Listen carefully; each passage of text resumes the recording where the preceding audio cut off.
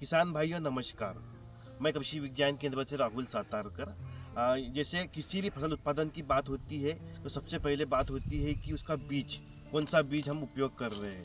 तो बीज का चुनाव कौन किस विश्वसनीय स्रोत से लाया है, इसमें सारी छोटी छोटी बातें मुख्य होती है। और संस्कृत में एक छोटा सा वाक्य कहा भी गया है, यथा बीजम तथा सस्यम।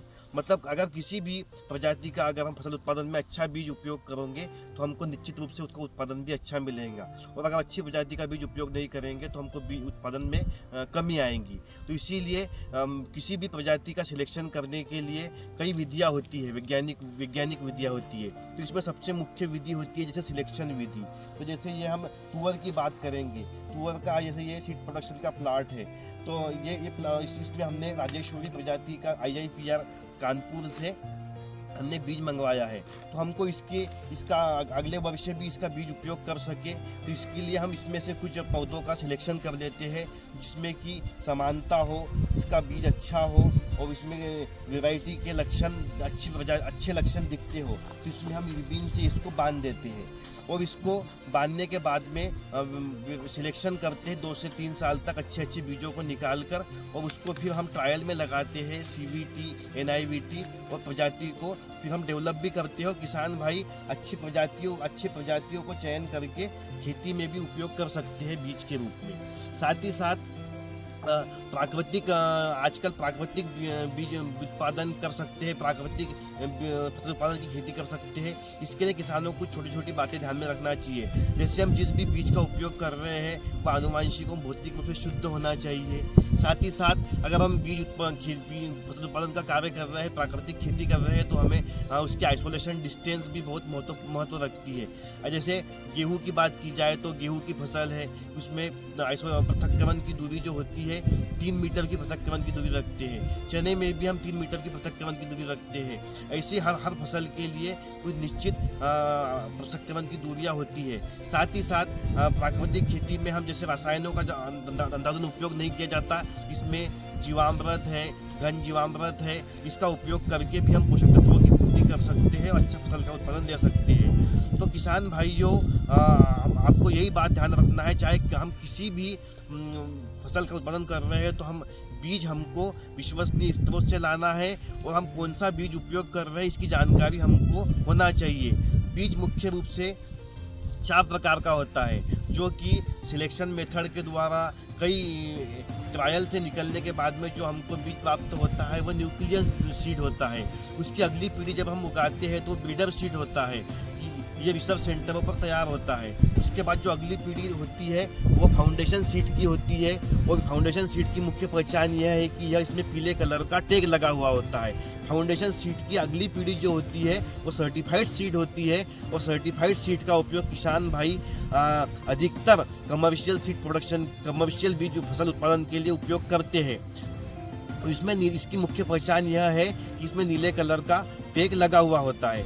तो किसान भाइयों से मेरा यही विशेष आग्रह है कि हम किसी भी बीज को खरीदते हैं तो उस किसान भाई उसके साथ साथ उसकी रसीद अवश्य प्राप्त कर ले। रसीद में उसका जर्मिनेशन का %, उसकी बीज की वैलिडिटी, उसमें छोटी छोटी चीज़ें उसमें सभी लिखी हुई होती है, जिसके माध्यम से अगर किसी कारण से अगर हमको जर्मिनेशन में या बीज फसल लेने में कोई दिक्कत आती है तो हम सीड सर्टिफिकेशन एजेंसी को या गवर्नमेंट को हम दावा कर सकते हैं। तो बीज की पावती आवश्यक रूप से संभाल के रखें, और फसल उत्पादन के लिए बीज उत्पादन करना चाहते हैं या फसल उत्पादन करना चाहते हैं तो छोटी छोटी बातों को ध्यान में रखिए। जैसे मैंने आपको बताया कि इसमें सबसे मुख्य बात यह है कि रोगिंग करना। किसी भी फसल उत्पादन के लिए बीज उत्पादन करना चाह रहे हैं विशेष रूप से तो उसकी रोगिंग करना बहुत आवश्यक है। रोगिंग की प्रक्रिया मुख्यतः यह पुष्पावस्था में की जाती है, जिसमें अगर किसी दूसरी प्रजाति के फूल अगर हमको दिखते हैं तो हमको उनको निकाल कर फेंक देना है, जिससे कि दूसरे प्रजाति के पौधे मिक्स न हो। दूसरी बात यह है कि मैंने आपको आइसोलेशन डिस्टेंस की बात की, हर फसल के लिए उसकी आइसोलेशन डिस्टेंस होती है। उसके बाद में हम जब हमारी फसल तैयार हो जाती है तो उसको हार्वेस्टिंग करते हैं, थ्रेसिंग करते हैं, तो थ्रेसर की स्पीड भी हमको फसल निकालते समय कम रखना चाहिए, जिससे कि दाने कटे फिटे ना, ये सारी। और उसके बाद में हम जब बीजों को भंडारण करते हैं तो भंडारण करते समय भी पर्याप्त नमी में ही उसको भंडारण करना चाहिए, जिससे कि हम अच्छी प्रजाति का बीज रख सके और जिससे कि हमको आने वाले वर्षों में भी हमको उस बीज का उपयोग कर सके। इसीलिए किसान भाई को ये छोटी छोटी बातें, बीज उत्पादन कार्यक्रम हो या फसल उत्पादन कार्यक्रम हो, उसके ध्यान रखना चाहिए, जिससे कि हमको हर वर्ष नया बीज खरीदने की आवश्यकता न हो। और अगर हम किसान भाइयों के लिए लाभ का धंधा भी बहुत है बीज उत्पादन कार्यक्रम अगर करता है वो, तो क्योंकि इसके लिए कुछ छोटी सी प्रक्रियाएं होती है। सीड सर्टिफिकेट एजेंसी है, से हमको क्या करना होता है, बीज का रजिस्ट्रेशन कराना होता है।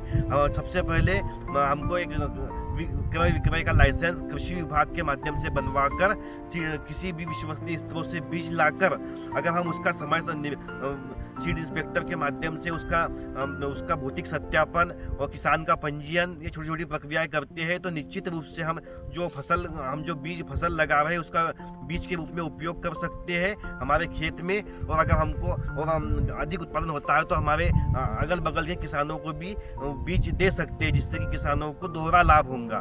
तो मैं किसान भाइयों को यही आग्रह करूंगा कि किसान भाई फसल उत्पादन हो गया, बीज उत्पादन हो गया, इस प्रक्रिया को भी ध्यान में रखिए। साथ ही साथ हमारे सरकार का जो अभी प्राकृतिक खेती का कार्यक्रम चल रहा है, इसके अंतर्गत भी हम बीज उत्पादन का कार्यक्रम करें। इसकी छोटी छोटी बातें जैसे मैंने आपको पहले भी बताई कि जैसे जीवामृत है, घन जीवामृत है, इसमें जैसे फसलों पर कीट का रोगों का प्रकोप होता है, इसके लिए आप शतपर्णी अर्क का उपयोग कर सकते हैं। इसकी अधिक जानकारी के लिए आप हमारे कृषि विज्ञान केंद्र में आकर हमसे संपर्क कर सकते हैं कि यह किस तरह से बनता है।